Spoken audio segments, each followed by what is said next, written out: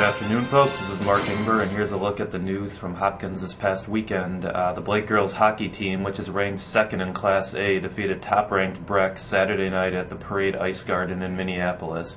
Blake earned its fifth state tournament appearance in school history, besting the Mustangs with a third-period rush, scoring 4 goals to win 4-2.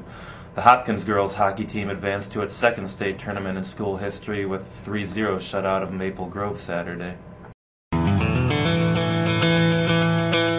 The stage of Hopkins High School's auditorium resembled life in the 17th century this weekend as the school's royal production performed Arthur Miller's The Crucible.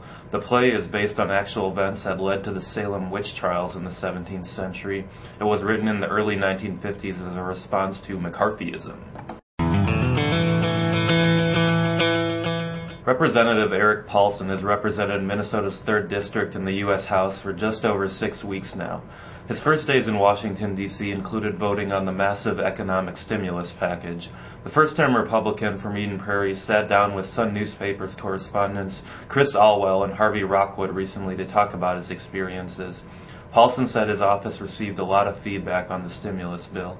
Well, actually, we had a lot of feedback on the last two and a half weeks because the stimulus package was, driving so much attention in terms of the news media. So we had a lot of calls that, weren't precipitated by groups, urging, their members to contact Congress. I think there were a lot of people that were sort of reading what they saw in the paper and were calling in for the most part.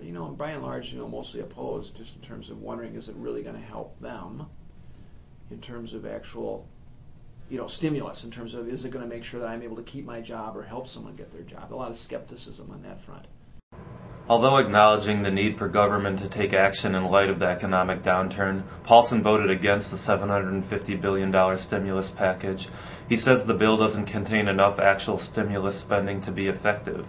I really do understand that people are hurting and there is an absolute necessity for Congress to act, because some would argue that it's not the role of government to act and to take a role in terms of stimulating the downturn in the economy. I take a view that it is important to act, but the stimulus package really, it moved in the direction of just becoming kind of a supplemental spending bill, and so only about 6% of the bill is actually geared towards infrastructure spending, which is really a small percentage, because I was thinking initially this was going to be a much larger percentage of infrastructure, roads, bridges, the electrical grid, and it ended up being only about 6% of the bill, really small.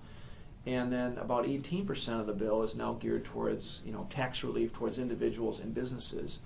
And I would prefer that most of that go towards helping individuals and businesses. Again, the 18% is a small percentage, and so a very large percentage of the bill is actually going into funding programs, some new and some old.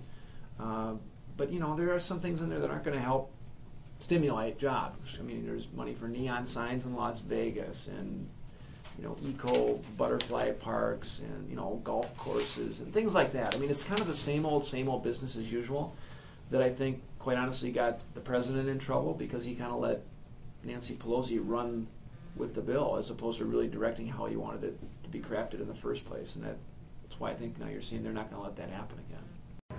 We will be running portions of the Paulson interview over the next couple days here on Hopkins Today. Many of the editions of Sun newspapers in the 3rd Congressional District will be running a complete story on Paulson's experiences as a freshman legislator. Next time, Paulson talks about living conditions in Washington for himself and the other House members. For Sun newspapers, I am Mark Ingber. Have a great day, and I will see you tomorrow.